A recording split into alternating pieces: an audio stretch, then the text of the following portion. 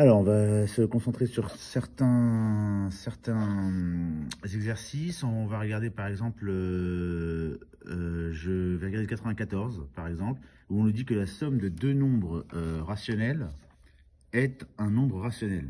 Alors, un nombre rationnel, on a dit, c'est un nombre qui peut s'écrire sous la forme d'une fraction, la forme A sur B. D'accord? Donc, si jamais on s'appelle ça écrire A sur B, et puis on additionne avec un autre qui peut s'écrire C sur D. Bah, ça. Alors, si vous voulez, je mets sur mon ordinateur, je le calcule. Hein, je multiplierai par D ici et par D ici, par B ici, par B ici, et ça nous ferait AD plus BC, le tout sur BD. Bon.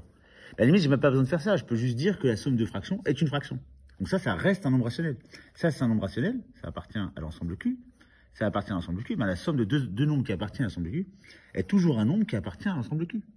Donc là, ce qui vous dit, c'est vrai. La somme de deux rationnels, c'est un nombre rationnel. Après, il dit la somme de deux irrationnels est forcément un irrationnel. Ça, par contre, c'est un peu plus pénible à voir. Alors, la somme de deux irrationnels. On avait vu que racine carrée de 2 n'était pas rationnelle. Mais si racine carrée de 2 n'est pas rationnelle, moins racine carrée de 2 n'est pas rationnelle.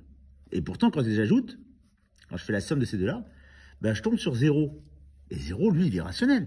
C'est bien une fraction, 0. 0, c'est bien 0 sur ce que vous voulez, d'ailleurs. Hein, donc là, il faut bien comprendre que la somme de deux irrationnels, ça peut être rationnel. Ça peut être aussi irrationnel, bien sûr. Mais ça peut être rationnel. Voilà. Au même titre, d'ailleurs, j'ajouterais que la somme de deux fractions peut être entière. Hein. On peut ajouter deux fractions, on tombe sur un nombre entier. C'est que si vous faites, je sais pas moi, 1 sur 3, et vous ajoutez avec 2 sur 3, ça fait 3 sur 3, c'est-à-dire un nombre entier, puisque ça fait 1. Donc ça, c'est possible. D'accord ? Après, on va regarder on avait dit qu'on regarderait le 97. Intéressant le 97. Alors, n égale 2 puissance 32 fois 5 puissance 35. Ok. Alors 2, n égale 2 à la puissance 32 fois 5 à la puissance 35. Bon. Et on va essayer de mettre ça sous forme de... en utilisant a fois b puissance n. Alors, 2 puissance 32. Là, je vois que j'ai 5 puissance 32 fois 5 puissance 3. Je n'ai fait que décomposer, parce que quand j'additionne les puissances, je vous rappelle, on retombe sur 35. Et ça, je vais les mettre ensemble. Ça me fait 2 fois 5, qui a le bon goût de faire 10, fois 5 puissance 3. Et 2 fois 5, ça fait 10. Donc on a 10 à la puissance 32 fois 5 puissance 3, qui vaut 5 fois 5 fois 5, qui vaut 125.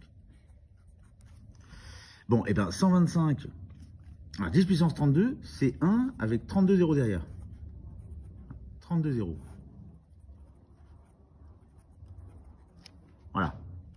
Donc il y a 32 zéros derrière le 1. D'accord? Et ça, je multiplie par 125. Mais quand je fais 125 fois 1000, par exemple, c'est 3 zéros, bah, c'est bien 125 auquel j'ajoute 3 zéros derrière.